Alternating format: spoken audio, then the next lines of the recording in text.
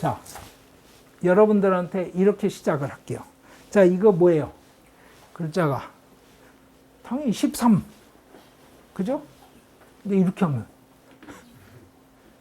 근데 현실은 이런 거예요. 뇌는 어떻게 컨텍스트를 주는지에 따라서 다르게 반응을 해요.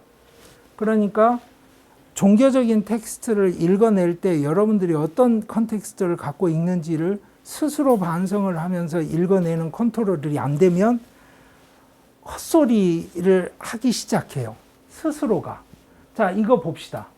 이거 인더스에서 나온 거예요. 자, 하라파 문명 출토물인데 이거를 자, 다산의 상징이라고 해석하는 거 문제 없어요. 그런데 이렇게 해서 근동지방 거하고 이렇게 나란히 놓으면 여러분들은 이제 뭐라고 생각을 하셔야 돼요? 야, 저거는 그러면 무슨 신석기 뭐 청동기 시대 전 세계적인 현상 아니야? 이걸 갖고 엄청나게 논쟁들을 많이 했는데 이 학자의 주장은 뭐냐? 인형이라는 거예요. 딸 갖다 줄 인형. 자, 여신이 맞겠어요? 인형이 맞겠어요? 아냐고. 자, 아까 장난감일 것 같다 말씀하셨죠. 제가 이거를 그래서 보여드리는 겁니다. 자, 이렇게 이야기를 해보죠. 컬투쇼에 나온 이야기예요. 산에 올라가다가 갑자기 배탈이 나서 나무 밑에 가서 응가를 했는데 냄새나고 더러우니까 돌로 몇 개 덮어서 해놓고 산에서 내려왔는데 내려올 때 보니까 그 자리에 석탑이 생겨 있었다. 그러니까 응가 한 사람은 그 의도가 아니었지만 그 다음 사람들은 그거에다 돌을 쌓은 거예요. 예? 맞죠? 우리 인생이 그래요. 받아들이면 돼요. 어렵지 않아요. 자, 이렇게 해서 발굴이 된 거예요. 자, 그러면 넘어가 보죠. 전 세계에 엄청나요.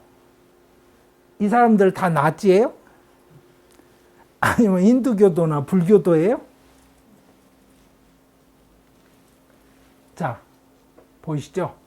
근데 재밌는 게 산스크리트 사전에 이렇게 나와요. 뭐라고 나와요?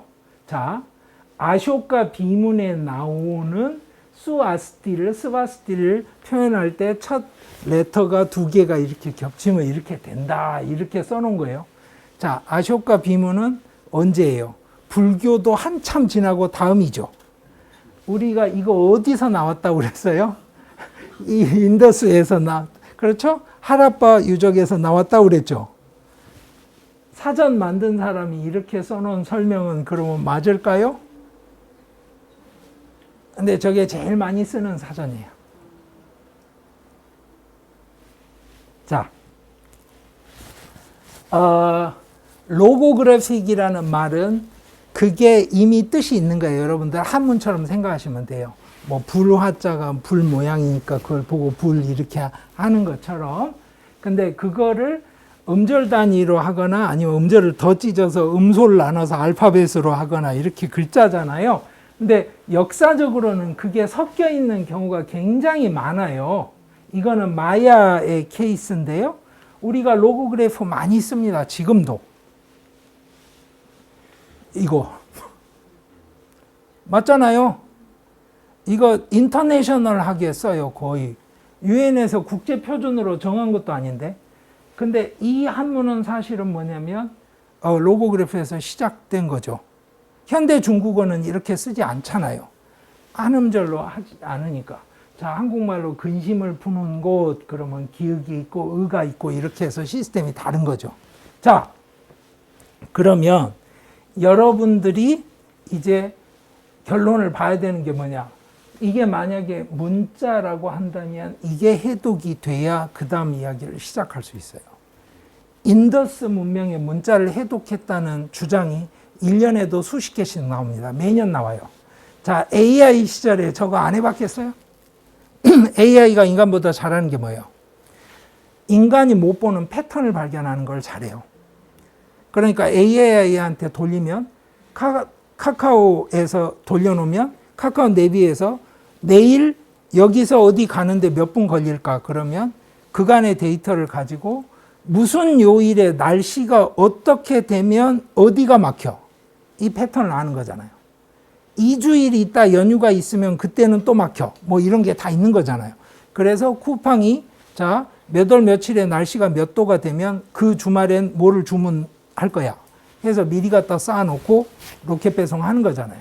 그걸 못해서 경쟁업체들이 나가 떨어진 거예요. 그 시스템은 인도 엔지니어들이 구축을 했어요. 거의 한국에 와서. 자, 돌라비라 제가 보여드렸어요. 물탱크. 거기에서 나온 굉장히 재밌는 유적이 뭐냐면 간판, 현판이 나왔어요. 그러니까 한국식으로 따지자면 대한불교 조계종 무슨 사 이런 게 나온 거예요. 그러면 야 이거 읽어내면 좋을 것 같은데 이게 안 돼요. 근데 또 한 대는 뭐냐, 모든 유적에서 저만한 길이 이상이 나온 적이 없어요. 그래서 학자들 중에 저게 문자가 아니라고 주장하는 사람들이 있어요. 그리고 저처럼 문헌학하는 사람들은 긴 텍스트를 주로 보잖아요. 그래서 문자가 아닐 거라는데 박수를 많이 쳐요. 근데 고고학 하시거나 이런 분들은 그런 이야기 하면 거의 경기를 일으킵니다. 아니 제정신이야? 문자가 아닌데 여기다가 이렇게 현판을 걸어놨다고? 이런.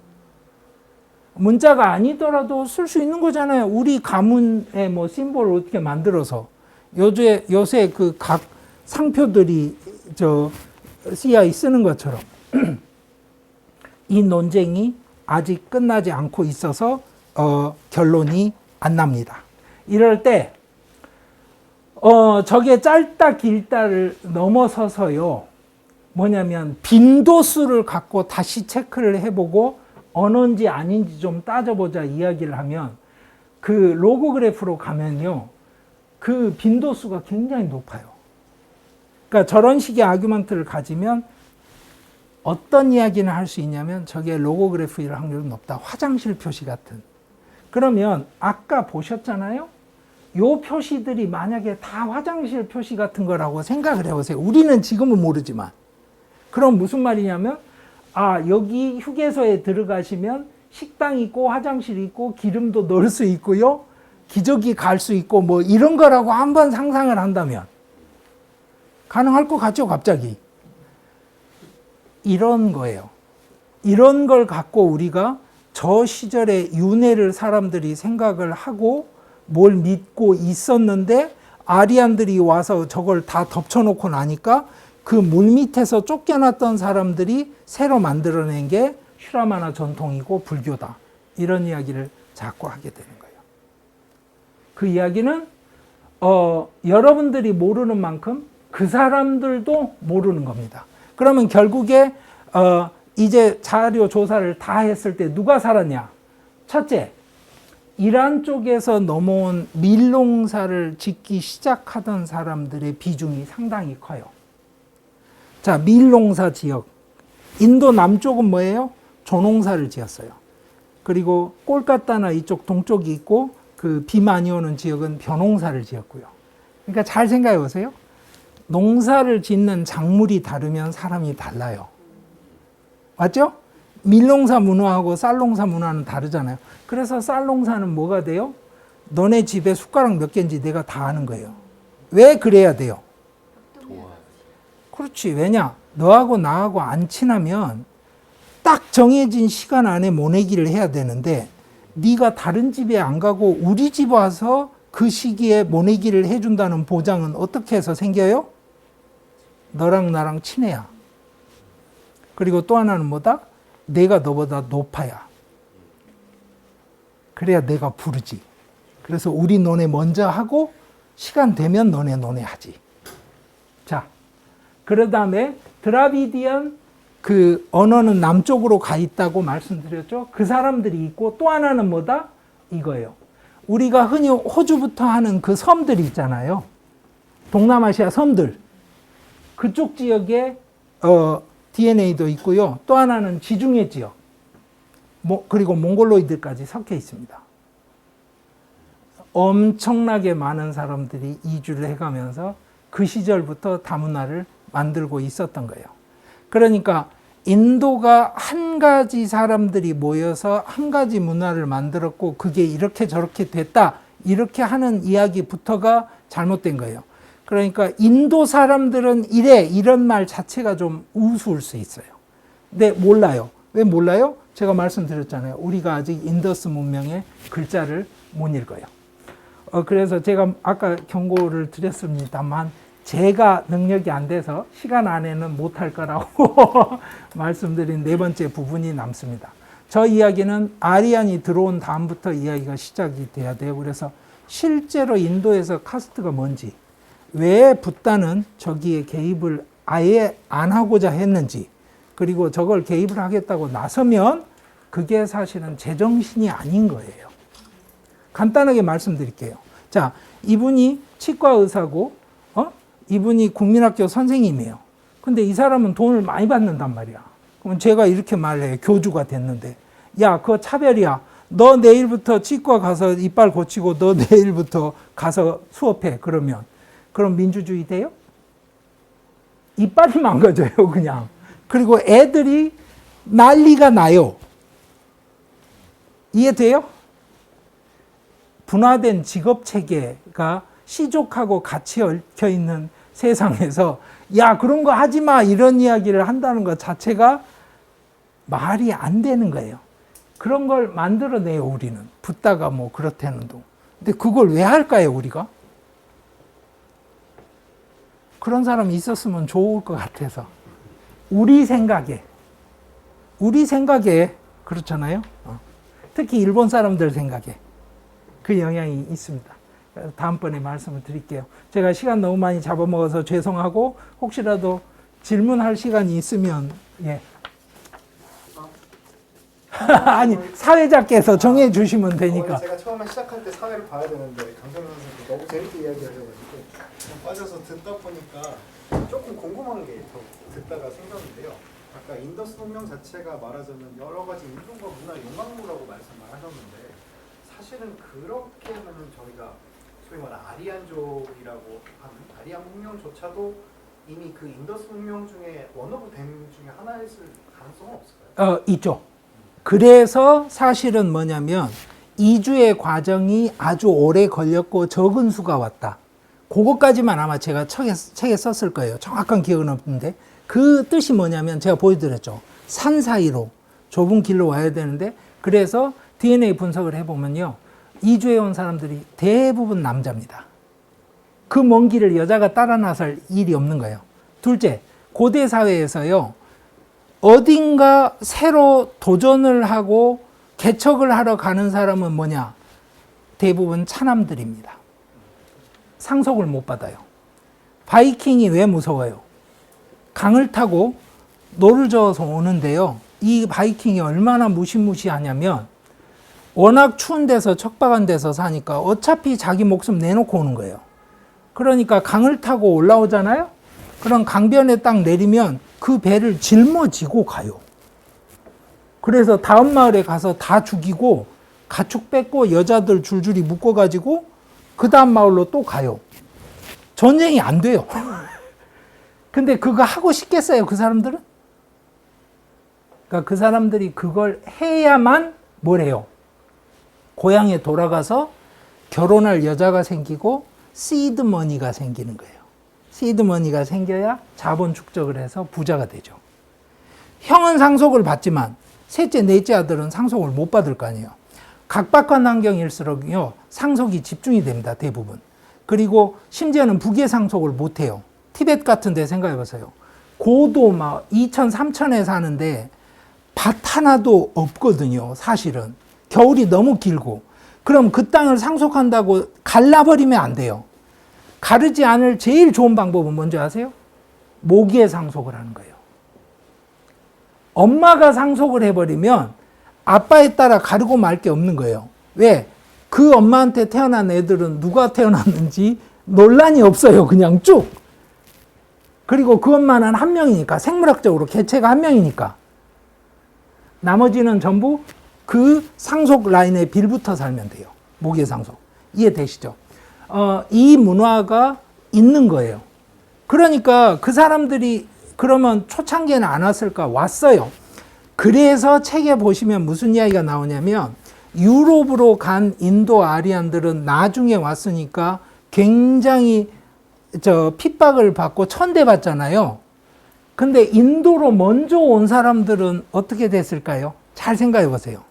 자리를 잡았죠. 그래서 붓다는 인도 아리안들이 본격적으로 들어오기 전부터 동부 지역에 살던 인도 아리안의 후손이에요. 그래서 붓다가 썼던 언어가 자기 엄마를 마따라고 부른 게 아니고 마야라고 불렀어요. 그 지역 사투리예요. 모음 사이에 T가 들어가면 Y가 돼요. 그래서 마야라고 불렀어요. 마야는 뭐다? 마따, 마더, 엄마예요. 근데 이제 인간들이 뭐래요? 말씀드렸죠. 모든 걸 다 아는 척척 박사들이 수십만 명이 붙어 있었어요. 마야란 환상이란 뜻인데 붓다의 어머니는 워낙 환상적으로 미인이셨기 때문에 이름이 마야니라 이렇게. 왜냐? 걔는요 서울 사람이라 거시기 그럼 못 알아듣는 거예요. 단디해라 그럼 뭐 단단하다고 이렇게 듣는 거예요. 그런 거예요. 역사가 그래요. 불교의 역사가 그래요. 그걸 제가 지금 설명을 드리는 거고, 그 이주의 과정이 이루어져서 먼저 와 있던 사람들이 인도에서는 천대를 받아요. 왜냐하면 메인스트림이 아니잖아. 그러니까 이런 거예요. 만약에 지금 고려인들이 사는 지역이 있다고 해봐요. 한국 사람들이 거기 가서 점령을 했다고 칩시다. 예를 들어서 새로 한국이 됐어요. 그러면 우리 같은 동포인데 이런 게 아니고 그 순간부터는 너는 좀 한국말이 짧아. 너 고려인이야? 이렇게 되는 거예요. 이해되죠? 그러니까 붓다가 살던 동네에는 말이 이상한 거야. 마따 이래야 맞는 건데 마야 이러고. 그러니까 못 알아듣죠? 그러고 너들은 좀 엉망이야 애들 사는 게. 우린 그렇게 안 하는데. 이게 바로 그 시절의 정서예요. 그게 지금 질문하신 그 내용하고 정확하게 맞아 있는 겁니다. 즉 인도로 이주해 온 건 아주 오랜 기간에 걸쳐 소수가 이주해 왔고 남성 이주로 이주를 해 왔는데 그 이주해 온 사람이 수가 작았지만 중요한 건 뭐다? 기득권자가 된 거예요. 제가 매번 그래서 말씀드리는 게 이런 거예요. 여러분들 한국어가 사라질 위기에 놓인 언어다 이렇게 국제기구에서 발표하는데 포함시켜 놓으면 이해하시겠어요? 근데 한번 생각해 보세요. 제가 어릴 때는 할머니, 할아버지 다 옷장 고단스라고 그랬어요. 그렇죠? 맞잖아요. 일본어 썼으니까 그때는. 요즘은 일본어 비중이 적죠. 그래서 심지어는 북한에서 온 탈북민들도 한국에서 쓰는 영어 단어들에 힘들어할 만큼 한국어에 섞여 있어요. 이제 300년쯤 지나면 우리가 한국어 쓰고 있을까요? 왠지 아세요? 잘 사는 사람들은 영어 유치원을 보내거든요.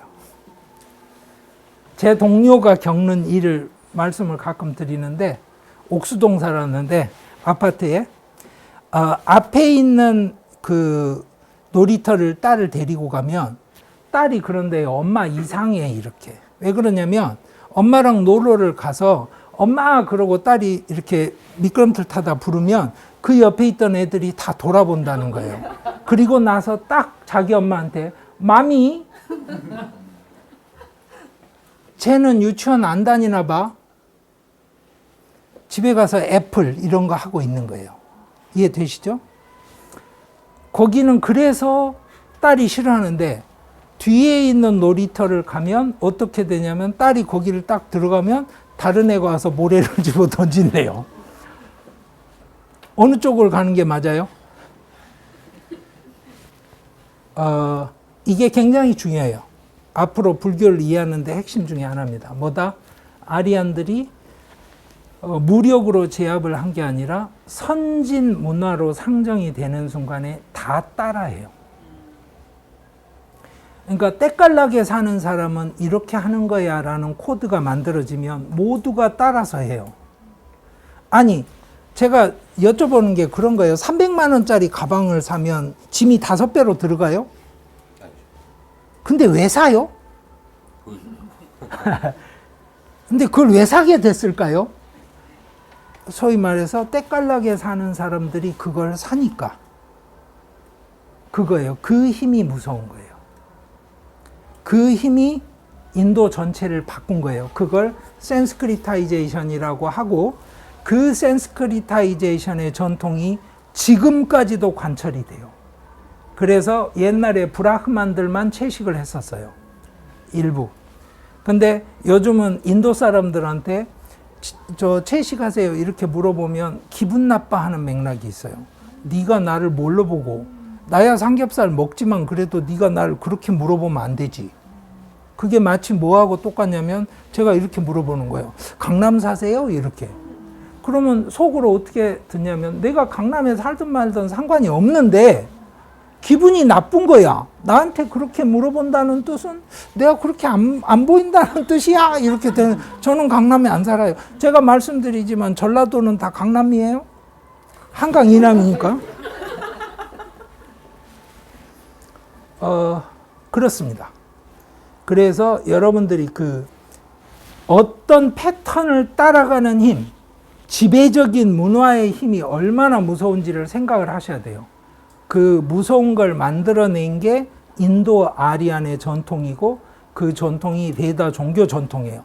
그 전통을 베다 전통 안에 있는, 근데 약간 아웃사이더, 왜냐하면 정착민이니까.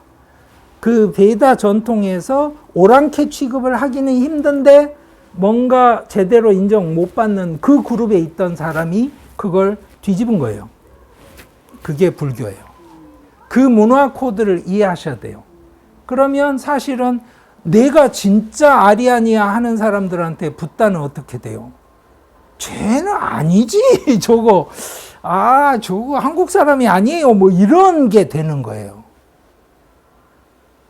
그 코드가 생겨나는 이유가 그 스토리하고 관계가 있습니다.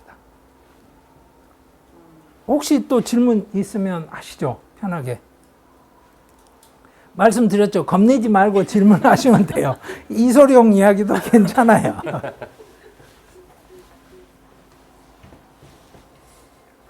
서양 사람을 닮은 인도 사람들 있잖아요. 예. 피부만 가면 예. 하고 굉장히 세련되고 예. 그런 사람들이 한국 사람을 봤을 때 되게 거만하더라고요. 그게 바로 어떤 거냐면요. 이란 계통에서 온 아리안의 진짜 후손일 확률이 높습니다. 그러면 그 사람들은 종례혼을 하잖아요. 카스트 안에서 결혼을 하니까 어떻게 되냐면 유지가 돼요. 피부색이 아예 다릅니다. 그리고 골격도 달라요. 여러분들 인도 영화 보시면 거의 백인처럼 나와요. 여배우들이. 그 피부 색깔 그 진한 사람 여배우 보기가 힘들어요. 근데 그게 화장빨이 아니고 실제로 그런 인물들을 뽑아서 시켜요. 그래서 그래요. 근데 그게 바로 아까 인더스 시절부터 이란계에서 넘어온 사람들 비중이 많았다. 그 사람들하고 연관이 있는 겁니다. 그러니까 실제로 뭄바이 같은 데 가면 이제 따즈 호텔이라고 그래서 저 역사적으로 유명한 그 호텔이 있어요. 타타 그룹에서 지은 식민 시절에 인도 최고의 호텔로 지은. 그래서 대부분의 경우는 거기 커피숍에 가서 커피만 마시고 오죠. 왜냐면 1박이 너무 비싸. 그래서 가봤다 이렇게. 저는 가보진 않고 그 뒷골목에 가서 뭘 사갖고 온 적은 있는데 그런 곳에 가시면 진짜로 그런 사람들을 보게 됩니다. 그게 기득권층이에요. 인도의 옛날부터. 브라운의 어떤 서양식 카페테리아. 예. 야, 완전 무슨 불란서에 와 있는 줄 알았어요. 아, 분위기가 다르죠. 네. 예, 맞아요. 저 불란서는 안 가봤어요. 지금. 예. 근데 그렇습니다. 그게 그래서 그 사람들 입장에서 거기에 만약에 동양 사람처럼 생긴 인도 사람이 껴있다고 생각해 보세요. 그거는 그냥 기분 나쁜 반응을 그냥 내놓고 해요. 그게 그래서 동북 칠성에 가면요, 델리 사람들보다 한국 사람을 더 환영합니다. 인도 사람들에 대한 반감이 엄청나게 커요. 거기는 또 그게 현실입니다.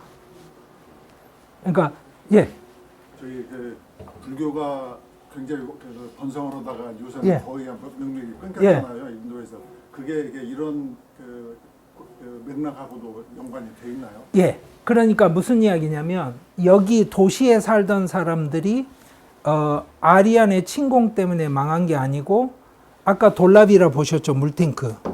근데 강은 흐르면요, 강의 루트가 달라져요. 그거 아시죠? 모래 이렇게 쌓아놓고 학생들하고 실험을 해도 이 루트가 달라지는 게 보이거든요. 그리고 사람들이 착각을 해요. 강 바깥쪽에 물이 빠르고 안쪽으로 턴을 하면 자동차처럼 생각하니까 안쪽이 천천히 흐르고 그렇게 생각을 하시는데, 그래서 바깥에 모래가 깎여 나가는 게 아니라 밑에 있는 물하고 위에 있는 물하고 같이 흐르다 보니까 충격파를 그쪽이 먹게 돼서 깎여 나가요. 그러면 이렇게 돌잖아요, 물이. 그러면서 물이 다른 쪽으로 가버리면, 자, 돌라비라 강이 다른 곳으로 흐르면 어떻게 되겠어요? 요새 단전 단수 물이 안 들어오잖아요. 그럼 도시 생활은 안 돼요. 그리고 도시는 자급 기능이 없잖아요. 그 옆에 있는 마을들에서 농산물을 줘야 되는데, 그러려면 도시가 뭘 생산을 해서 뿌려주고 또 사오고 이래야 되잖아요. 그게 깨져버려요. 그러면 다 떠나는 거예요. 천천히. 살기가 힘드니까. 그렇게 해서 아리안들이 들어왔을 때는 이미 다 인더스 문명이 없어진 다음이었어요. 그러니까 처음에 발굴하던 사람들은 아리안들이 와서 학살을 했다 그러면 300명씩 묻힌 자리가 있어야 맞잖아요. 없는 거예요. 근데 뼈를 하나 찾았어요, 이렇게. 근데 뼈는 항상 부러져 있고 그러거든요. 왜냐면 흙이랑 뭐 움직이니까.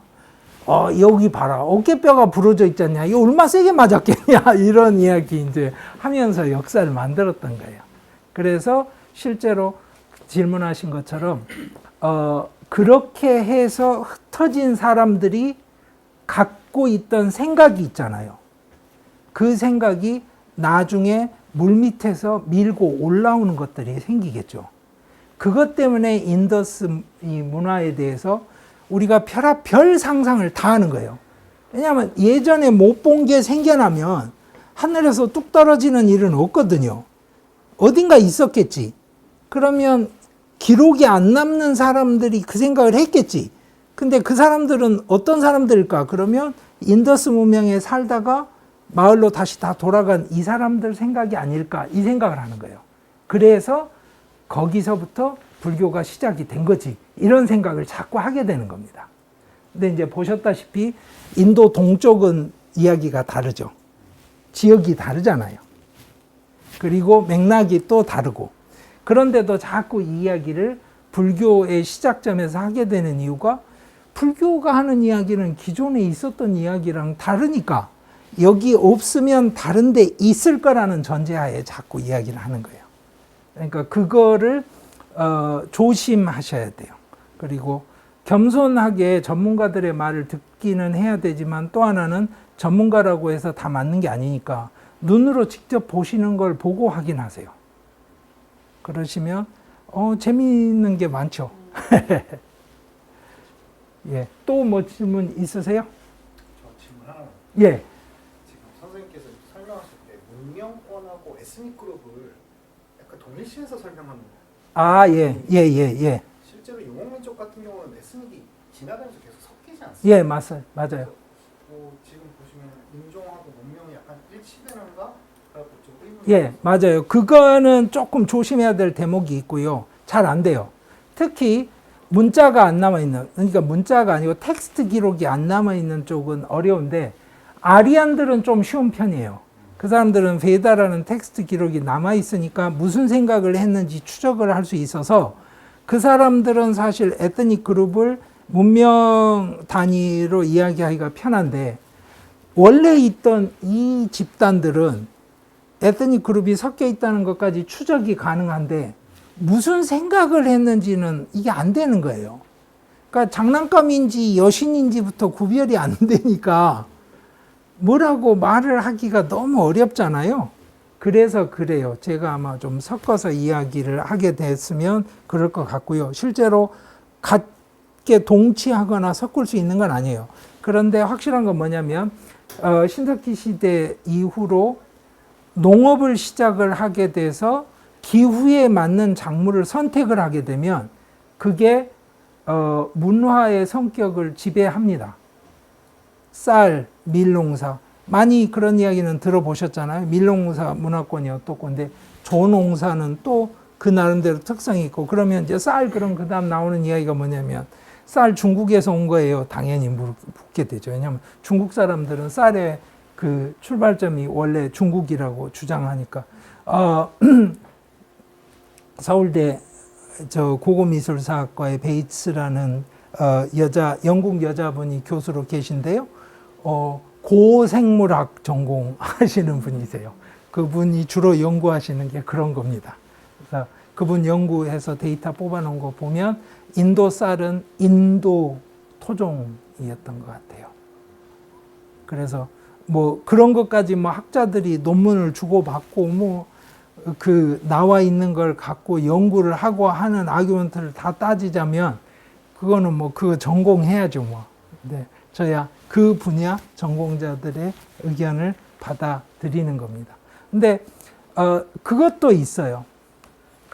히말라야 쪽에 통해서 중국이 직접 뭔가를 교류를 하는 게 아예 없었냐 이렇게 물으면 의심이 있어요. 인도에 종이라는 단어가 두 가지가 있어요.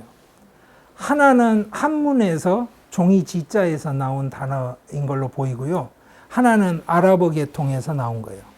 그러니까 하나는 바로 중국하고 그 중동 세력이 전쟁했을 때 그때부터 전해진 그 페이퍼 만드는 노하우가 아마 서북부에서 들어온 것 같은데, 다른 한 표현은 히말라야를 통했든 아니면 뭐 지금의 버마 지역을 통했던 간에 중국 한자 문화권에서 들어온 것 같아요. 이런 것들을 보면 뭐 아예 이쪽은 막혀 있었고 서북 쪽만 열려 있었다 이 이야기를 하기는 좀 힘들어요. 근데 그것까지 다 따져서 이야기를 하자면 앞뒤를 밝히기는 불가능하겠죠. 그렇습니다. 너무 복잡한 예, 좀 약간 이제 조금 혼란 상황을 막기 위해서 예. 질문드리는 건데요. 어찌 보면 이제 강쌤은 말씀하신 거는 19세기 중반 이후 유로피안들이 불교의 기원과 불교 역사를 재구성하는 과정에서 있었던 어떤 문제들이 이제 최근에 어떤 물질 문명에 대한 물질 문화에 대한 새로운 어떤 연구에 의해서 이게 뒤집히는 또 반박되는 이런 걸 주로 이제 말씀하셨던 것 같아요. 저 고분하고 지금 우리가 한국 불교인들이 원효가 동아시아에서 규기가 또 집에서 쫑갑하다, 그러니까 쪽 하나의 물질 문화로서가 아니라 정신 문화로서의 어떤 흘러왔던 어떤 불교의 역사를 뒤집어 봐야 된다는 얘기와는 조금 구별이 될 것 같은데. 예. 그러니까 선생님 계속 이제 여러분들이 알고 있는 불교는 잘못된 거다, 이렇게 잘못된 것들이 참 구성된 거다, 이렇게 했을 때 좀 구분을 해야 되지 않느냐. 예. 그거는 맞습니다. 근데 저는 하나도 근대 불교도 몰랐고 또 지금 우리가 이야기한 몰랐기 때문에, 그렇다면 원효가 보고 있는 불교라고 하는 거는 전적으로 우리가 좀 다시 봐야 되는 건가, 그런 거를 말씀하신 거는 아닌 거거든요. 예. 제가 그러니까 예. 맞습니다. 선생님 말씀하신 게 맞고요. 여러분들이 원효를 이해를 하려고 그러면 원효가 알던 불교를 이해를 해야 되는 거지, 저렇게 불교를 추적하는 학자들의 현재 작업이 어디까지 와 있다, 이건 맥락이 맞는 게 아니에요. 근데 굉장히 재밌는 것들이 있습니다. 뭐가 있냐면요, 중국으로 현장이 유학을 갔다 왔잖아요. 그러고 나서 현장이 사실은 논리학 공부를 많이 하고 싶었어요. 그리고 실제로 본인이 그거를 너무 그러니까 요즘식으로 치자면 그 당시 인도에서 논리학 하는 게 뭐였냐면 마치 그 AI 프로그램 짜는 거랑 똑같았어요. 내가 거기서 짱 먹다 왔어, 이런 사기를 엄청나게 칩니다. 자기가 판정리를 다 했다는 둥, 뭐 내가 가면 애들이 다 쓰러졌다는 둥, 뭐 이런 이야기 맨날 해요. 오케이. 근데 그게 필요해서 한 것도 있고 아닌 것도 있어요. 필요했던 건 뭐냐면 번역하는데 돈이 많이 드니까. 책이라는 게 비싸잖아요.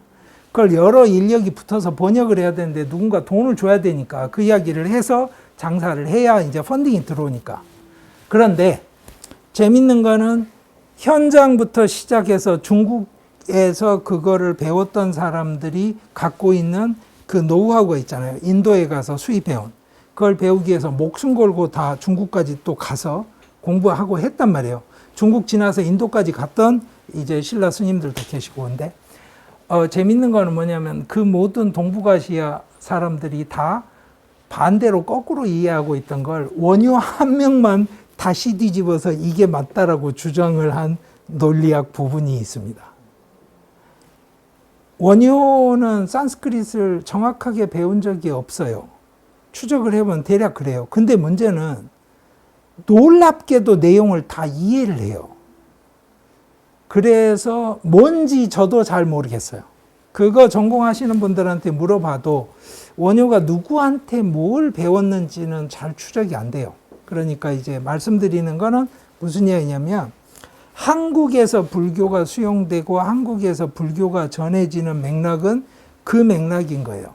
그러니까 제가 이제 아까 말씀드렸던 인더스, 그러니까 하라파 문명에 대한 유적을 우리가 이렇게 읽어낸다라는 이야기 중에 이거 믿을 게 아무것도 없다라는 이야기를 말씀을 드린 거는 뭐냐면 우리는 하라파 문명에 대해서 우리식으로 이야기를 만들고 있다는 이야기예요.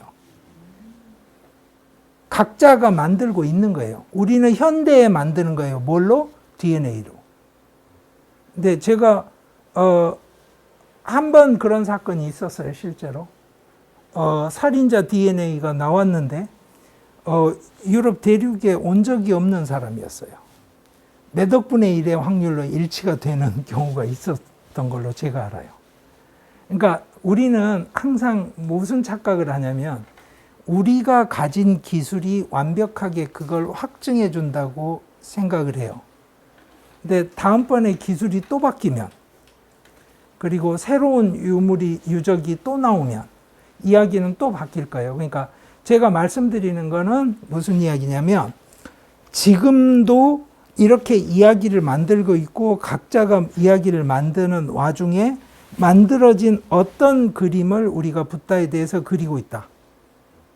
그 그림을 제가 아는 한 이게 최선이다라고 하는 그림을 지금 현재 여러분들 책에 제시를 해 드린 거예요.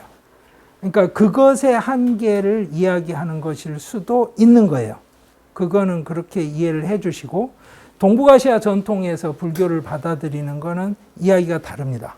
그러니까 그거는 출발점에서부터 이야기가 다른 거예요. 그러니까 어떤 거냐면요. 영국에서 셰익스피어가 어떤지에 대한 이야기와 한국에서 셰익스피어를 어떻게 수용했는지 이야기는 아예 다른 이야기예요. 그러니까 마키아벨리가 실제 유럽에서 그 당시에 어땠는지 이야기와 마키아벨리가 한국에서 어떻게 수용되는지는 다른 거고요. 거기에 대한 의식은 갖고 있어야 되는데 제가 동북아시아 이야기는 되도록이면 언급을 잘 안 해요.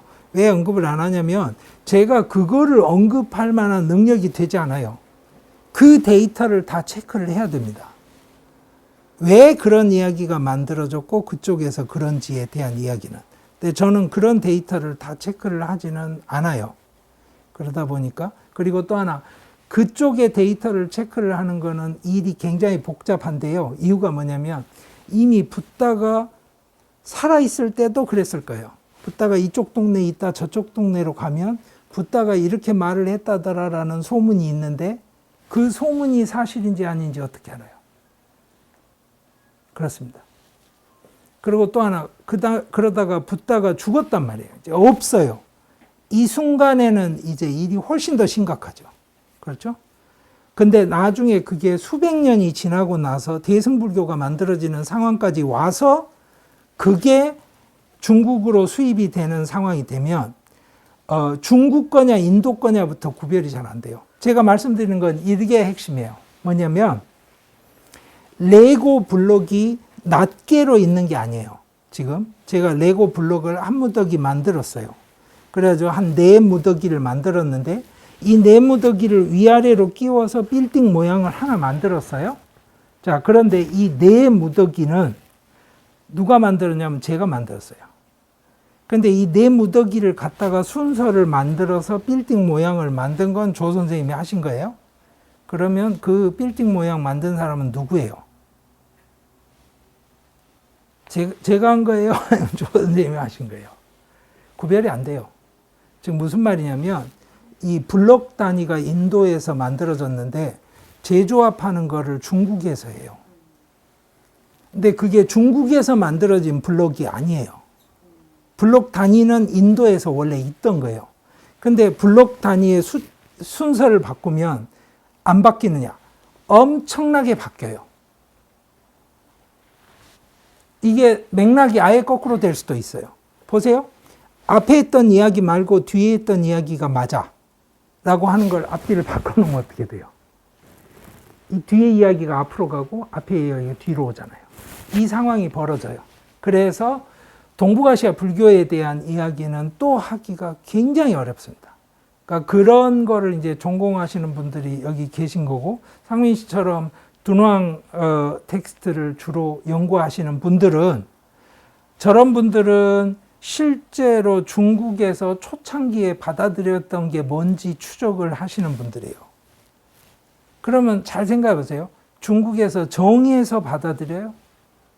아니, 내가 중국집을 갔는데 메뉴를 주문을 해요. 그리고 심지어는 이런 것도 가능해요. 이거 빼고 만들어 주세요. 예를 들어서 뭐 무슨 요리를 하는데 이거는 빼고 만들어 주세요. 이거 주문도 가능해요. 그런데 없는 요리는 주문이 불가능해요. 그러면 이게 내가 정한 건지 거기서 정해 준 건지도 불분명해지는 선들이 있거든요. 이게 이제 재미있는 대목이긴 하지만 어렵기도 합니다. 언젠가 기회가 되면 아마 나중에 한번 이 선생님도 발표를 한번 하실 거고, 그러면 여러분들이 한번 물어보실 수 있는 기회가 있을 거예요. 재밌습니다. 그리고 여러분들은 모르시는 뭐 터키어 불경 이런 거 있었어요. 터키어 불경이 있었고요.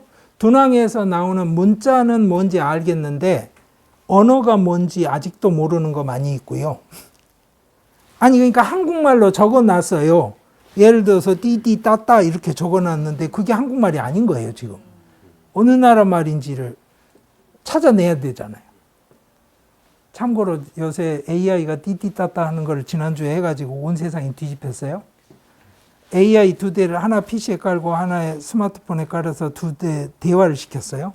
그랬더니 처음에는 인간의 말로 대화를 해요. 근데 야, 너도 AI고 나도 AI인데 인간의 말을 쓸 필요가 없잖아. 인간의 말은 효율성이 너무 떨어져요. 1초에 5글자 이상이 안 돼요. 5음절 이상 발음이 잘 안 돼요. 우리는 구강에 한계가 있으니까.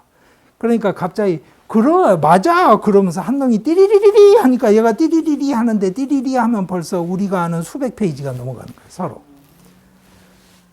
그래서 중간에 뭐가 나오냐면 이제 인간들이 못 들으니까 굉장히 안전하네 그러면서 이야기를 했는데 뭔 이야기 했는지 정확하게 잘 몰라요.